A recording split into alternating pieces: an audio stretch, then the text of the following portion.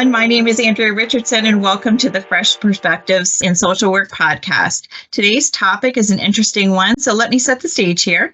In 2021, 89% of the U.S. households were food secure throughout the year. The remaining 11% of households were food insecure at least sometime during the year, including 4% or 5.1 million households that had very low food security, according to the U.S. Department of Agriculture. Based on a 2021 State of Senior Hunger Report by Feeding America, findings from a survey revealed that 5.5 million seniors, or 1 in 14, were food insecure in 2021. Food insecurity affects every person in America at one point in their lives. Like many issues in welfare, it requires a collaborative approach to address the causes, but first we really have to understand them.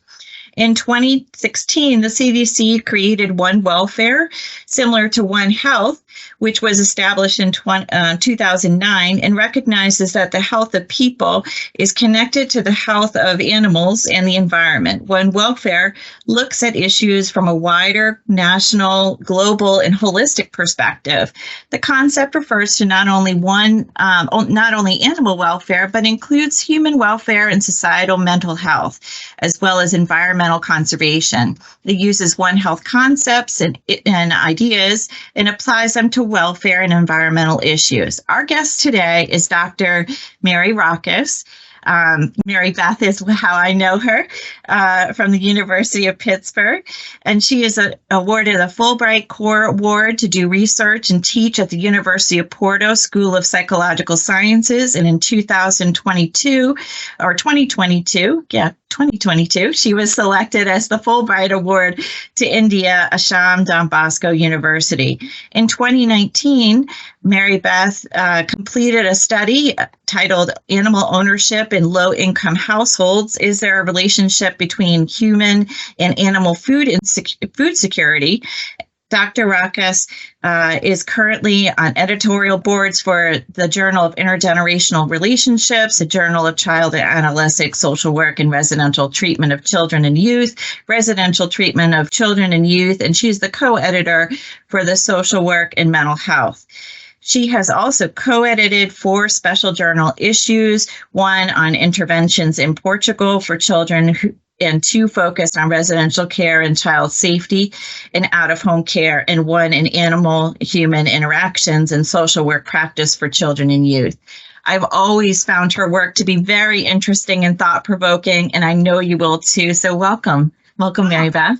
Thanks, Andrea. Thanks for the introduction. And it's really great to be able to talk about this with your people. Yeah. We have a good audience of folks that are, involved in social work practice. Some work with children, some work across the spectrum. And so I think where this kind of really hits a lot of different, areas of communities. I thought this was just such a great topic, and as an animal lover myself, I thought it was really an interesting kind of thought-provoking way of kind of looking at food security in communities today. So to kind of kick us off, could you tell us a little bit more about, the concepts of like One Health or One Welfare? Because when you had mentioned it to me when we were kind of prepping for our time here today, I was like, oh, I hadn't heard of that. But that really resonates into like how people experience their community in today's world. Well, I'm a lot more familiar with the One Welfare framework than One Health. One Health tends to be a bit more public health focused. One Welfare actually has come out of the veterinary world, which I find really interesting that it was actually veterinarians and veterinary science that identified these intersections between how well humans do and how well non-humans do. So I think at its very simplest, what One Welfare is about is that we don't exist in a vacuum in this world, on this earth, that animals and humans exist in the same ecological system, whether it's an urban area or rural or there really is really hard to find unpopulated places in the world, either by humans or non-human animals, right? And that what affects one will impact the other. So there are really obvious examples of, one welfare and things that humans can do that not only improves animal life, but actually will improve human life as well. So, for example, like a very obvious example is COVID-19 coronaviruses were seen in mink farming, right? We don't have a lot of mink farms here in the Northeast, but, if you go to Wisconsin and those areas, there's a lot of mink farming in the Midwest and in the West. And COVID is seen among minks, and with bad animal practices, overcrowding, poor animal management, then minks get it. And these are incredibly smart viruses. It doesn't take it long for the virus to mutate so that it can make the jump from non-human animal to human. So, and thus we have we have a pandemic. So that is, one way of saying, like, if we don't do good animal husbandry practices, then actually it's just not to make the minks happy. This isn't about anti-fur. It's really about bad animal practices actually end up causing zoonoses, diseases, and disease then makes the jump to humans. And this has been seen in almost every pandemic. And that's why this sort of came out of veterinary science. Veterinarians and global health researchers were like, hey, our bad practices as humans in working with animals are causing these diseases, and these diseases are then, making the jump across species.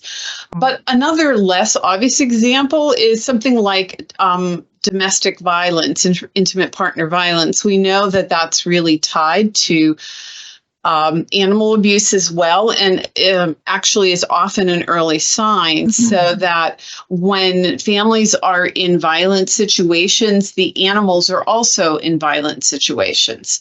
And in fact and then of course the presence of animals may deter people from leaving a violent home, negatively impacting, of course, the usually it's, a mother and children. So that's one of those areas, like the animals getting abused, the humans are getting abused, but the presence of the animal and no place to shelter the animal may deter people from leaving. So we can see there's all these, so that's just another example. And then the one that I focused on was this idea of food security.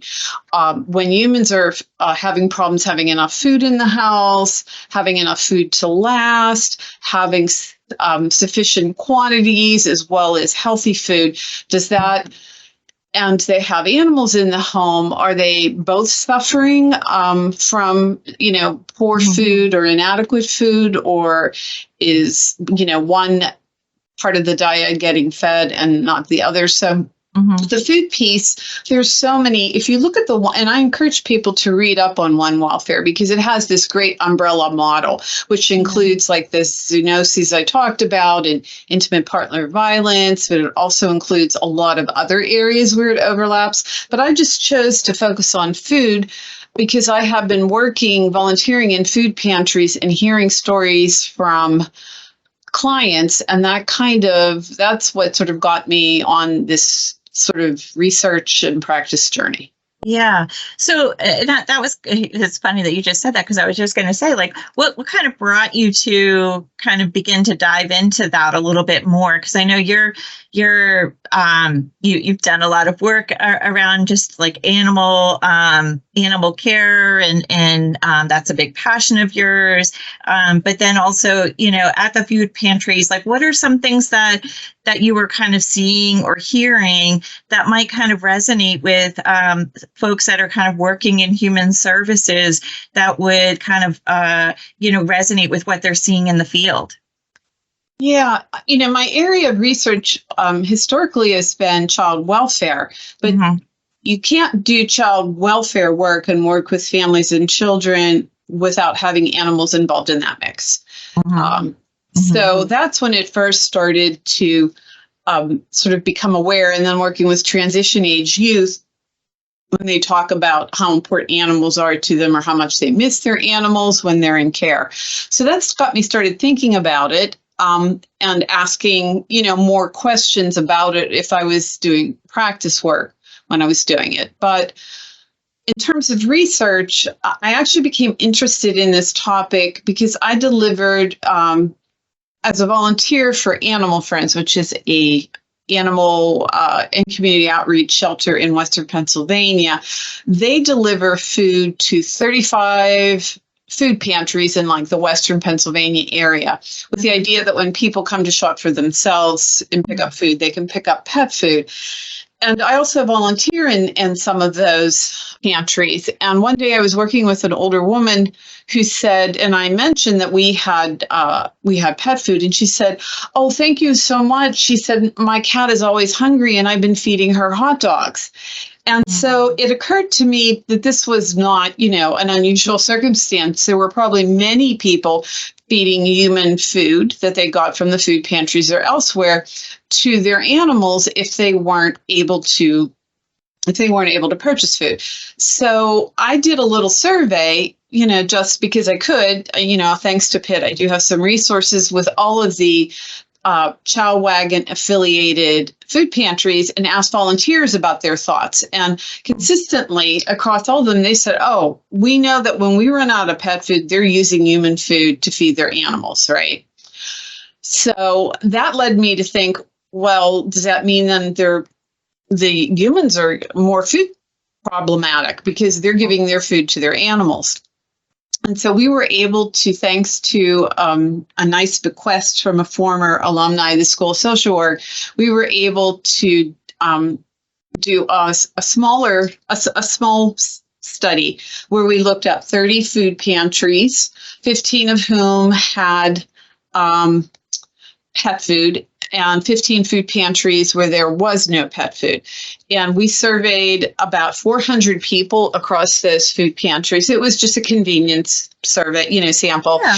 And then we interviewed about 15 people, sort of trying to target groups we know are historically food insecure, which are older adults, actually people before they reach social security age who are unemployed, the disabled, people with working mothers with children, and young single working adults. So we kind of tried to target and talk in depth to more people. Interestingly enough, what we found is that, my thought was, well, if you have a pet and you don't have enough pet food, you're feeding your human food to your pet. So you're going to report that you're not very food secure. But in fact, what we found was having a pet made people more food secure. They were still kind of lower than what sort of the federal government sets as a, sort of a food secure level. But having a pet was actually a prompt. And thankfully, from our interviews, we were able to tease out it's because a pet compels people to take care of themselves, particularly if they're older, and to get food. Mm-hmm. And so particularly for older adults, the presence of a pet in the home gives purpose. It is a reminder to eat. It is a reminder to cook food, to have food in the house, and to get food for their pet. So they'll go to the pantry, and then when they're there, of course, they're going to get food for themselves. Mm-hmm. Mm-hmm. For younger families, there were very conscious decisions made if they were like single parents with children, women, to have a pet, then they were foregoing a lot of activities like going on vacations or having cable or et cetera, because, the children wanted a dog, so sacrifices were made in order to have that animal.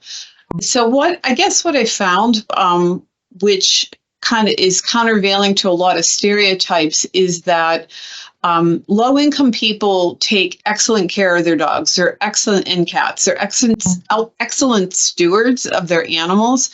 And if push comes to shove, if they don't have pet food, they will share their food with their animals.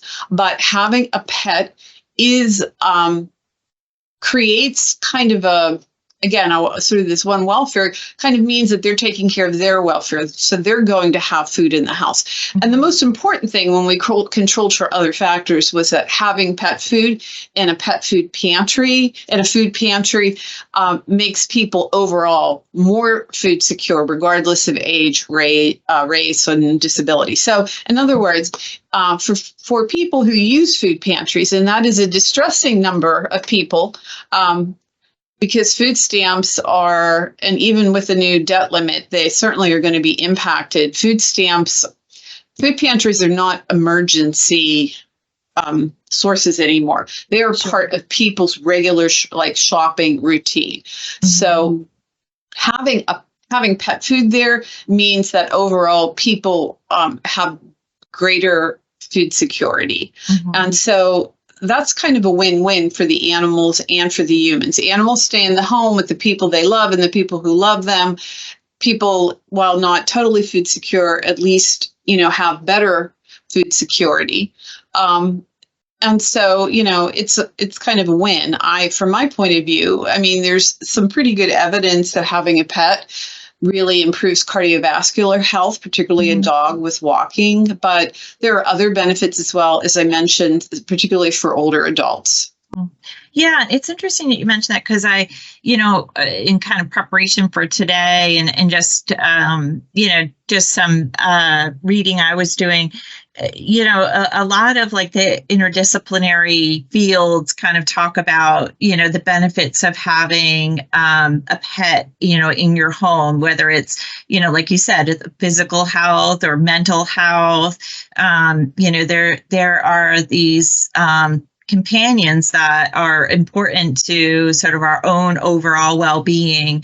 And so it makes sense that, having food sources for our animals at a food pantry makes a lot of sense, but I hadn't heard of that in other places. Is that like a common practice, do you find, in other cities? Well, here in Western Pennsylvania, we have, again, Chow Wagon, and Chow Wagon partners, which is through Animal Friends. They partner with all of the food pantries through the Greater Pittsburgh Community Food Bank, but it's separate from the food bank. The food bank really doesn't want to mix up the message of human food with animal food because they're afraid of the backlash. Mm-hmm. So, and I'll be frank with you, when one of my articles was talked about in a local newspaper, I got some pushback from people, like, these people shouldn't have animals anyway, right? Mm-hmm. And so they like to keep the human stuff separate from pet food. And right. I understand they don't want to mix their message up, but the way they've gotten around that is they partner with an animal welfare organization, and then they get the food out there. And then the food comes in through donations. Anything that's left over from the shelter goes to the community. Petco's, Giant Eagles, a lot of corporate donors will give us stuff that's left over, getting close to expiration.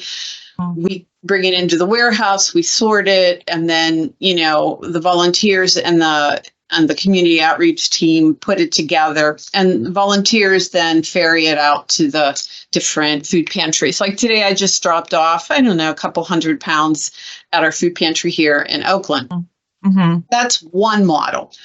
A more common model that I've seen in other cities is where there is just a pet food pantry at a not-for-profit shelter or a municipal shelter. Okay. So ones that are kind of contract with the city. So sure. Chicago Paws, for example, they have they have a pet food pantry. Here in Western Pennsylvania, the Humane Animal, HAR, Humane Animal Rescue, has what's called Ellie's Pet Food Pantry. I volunteer there. So tomorrow is our pet distribution day. So we have it out in a trailer. People drive up. They're kind of on a list.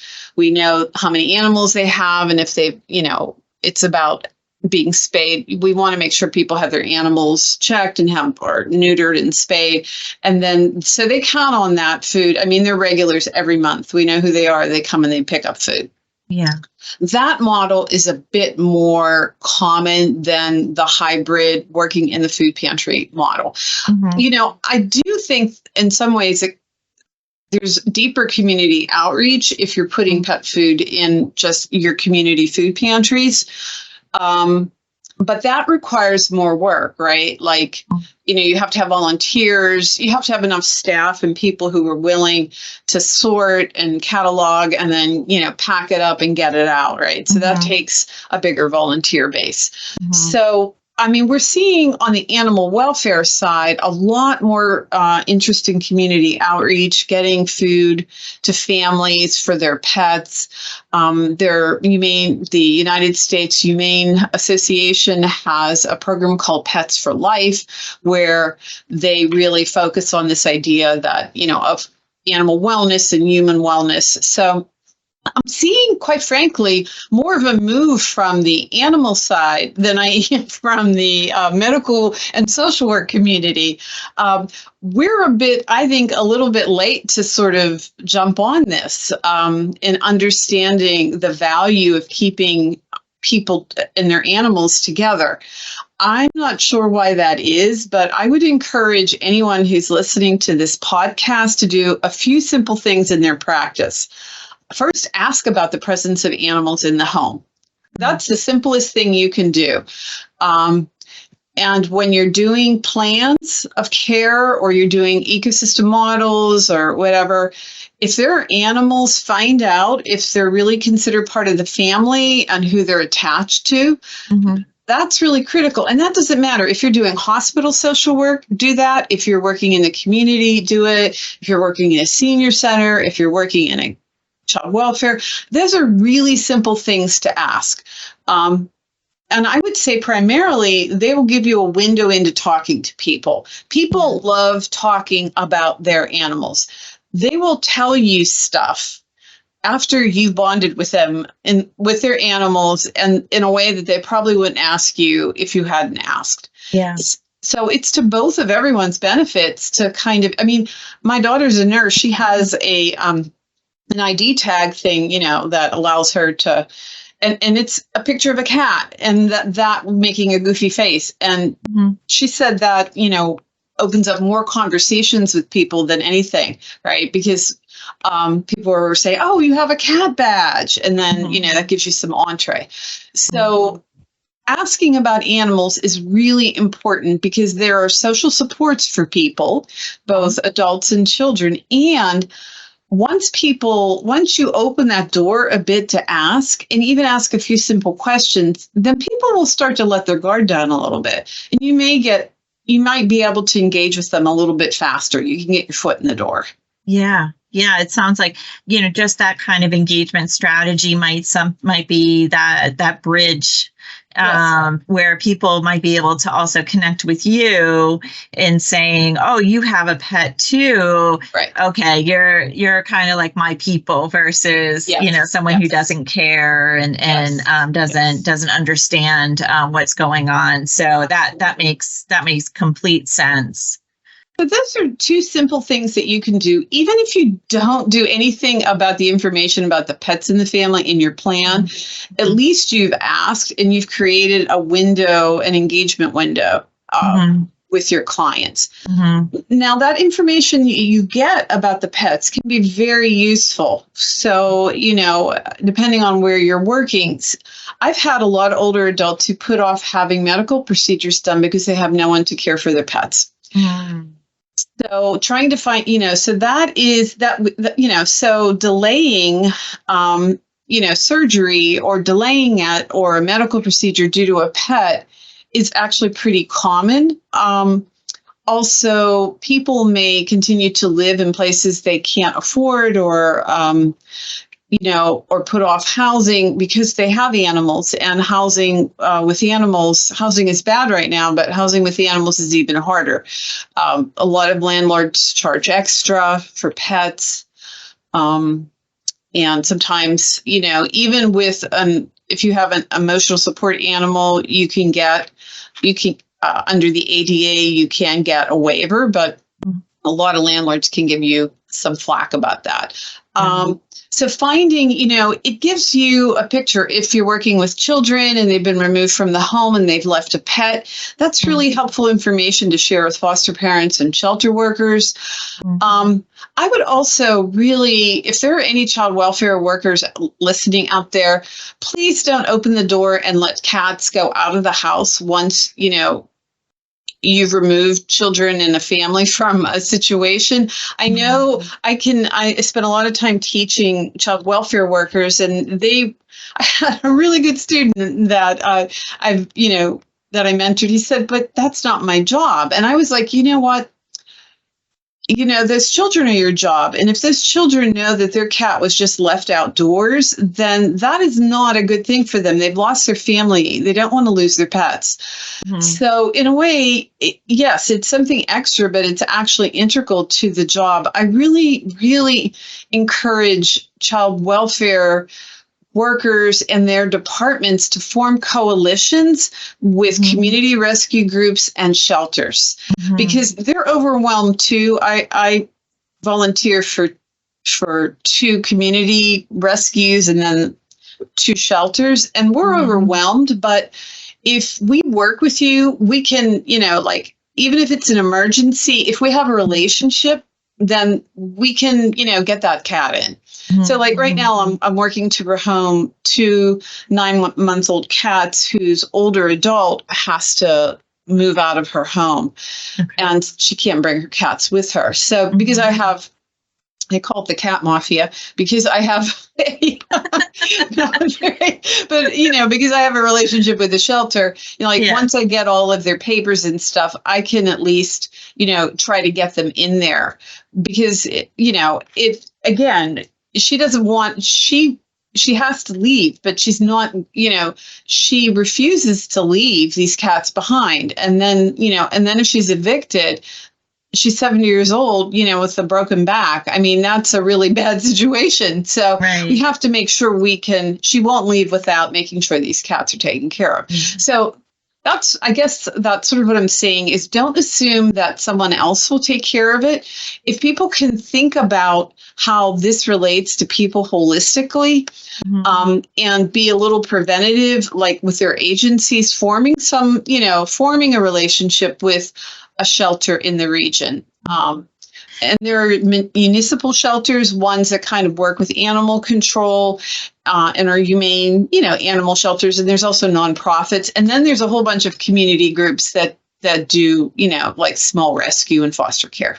Right. And it sounds like it wouldn't be, if you're just kind of thinking about it, like a lot of human service agencies do work with their food pantry. They do a lot of like interagency work and kind of community partnership that way. And so to kind of also incorporate, the animal groups as well wouldn't be too much of a shift. It's just a little bit extra.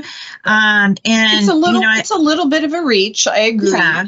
But having a relationship, knowing who they are, that's, that really helps. I mean, so that they can say, hey, I had this family of 5, they really need dog food. And then the agency can say like, oh yeah, we can, we have extra dog food, have them swing by or have your caseworker come by. Right. I think the other idea around, like if you have to remove someone from their home, being able to almost putting that, that pet on their plan, right? To say, okay, the dog is going to go here, or this is how we're going to do this. And it's just kind of there. I think, it can really, I would imagine that it could be a little bit of a security thing for a child or for a family member who may have to, be removed from their home to know that their dog or cat is here or there taken care of. and not, left to sort of fend for themselves. And I'm sure that from just a sheer mental health standpoint, that would not cause additional trauma to those involved. Absolutely. It's really, again, if you're working particularly with older adults, we created an aging in place guide here at Pitt. The Hartford aging students helped me create it. It's a little old. It was created around the time of COVID, but I'm happy to share that link with people because the appendix has some things. So it has power of attorney.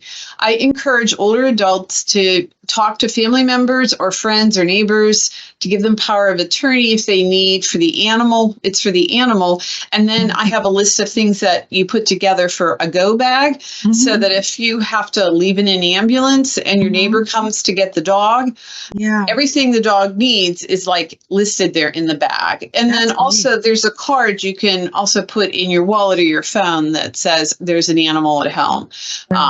So all of these, they're little touch things, but they can make a difference in making people feel more, if you're working with, particularly, again, I'm talking about older adults, to make them feel a little less, make them less anxious about this. I do have a couple older women that I work with that I have the power of attorney for their animals. So if they have to go into the hospital, I'm allowed to make decisions for those animals and make sure that, if that I could get them into foster or into a shelter. So those are, again, healthcare workers don't have to do that, but there are people, when you're doing a social map of people's lives and supports, and you're looking for supporters, keeping the pets in mind as, like people who can be, who may need to be taken care of by that circle is, I think it's really important for the well-being of your client. I agree. Well, I want to thank Dr. Rauktis, Mary Beth, as I know her, for lending her time, her passion, and her expertise on this topic. As you may have guessed, food insecurity and human and animal welfare are intertwined. We learned that it requires a collaborative approach to fully address the issues facing families and people in the animals that they care for.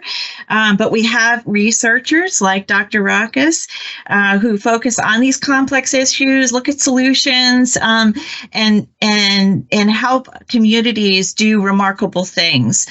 For innovative ways for using food pantries to reconsidering how we support entire family units, animals included. Solutions are out there, but requires communities and agencies to look at the implementation a little bit differently. We will have all of the links of the resources that Dr. Rauktis had mentioned today in the description of our podcast so that you can go ahead and click on those links and access those resources, as well as include Mary Beth's contact information in case anyone had any other questions or follow-up. Yeah, I'm really happy to talk to anyone who's interested in this. I would say that, we've always treated the human lane and the animal lane as separate, but if nothing else, this pandemic has shown us that those lines are not solid yellow lines. They're dotted lines, and that I think humans and animals have to get into each other's lanes. I think we do, and that means the agencies who work with humans and animals. I'm absolutely seeing on the animal welfare side a true desire to collaborate, provide resources, and help. So I'm really encouraging people on the human side to be receptive to that and get in that lane for a little bit. You don't have to be an animal lover. It doesn't matter how you feel about animals, but what really matters is how your clients, your families feel about their animals. So please contact me. Yeah, so contact me. I'm very happy to send you any resources that we have from our programs here in Western Pennsylvania or answer your questions. Perfect. Thank you so much. Thank you so much. Take care. All right. Bye, Andrea.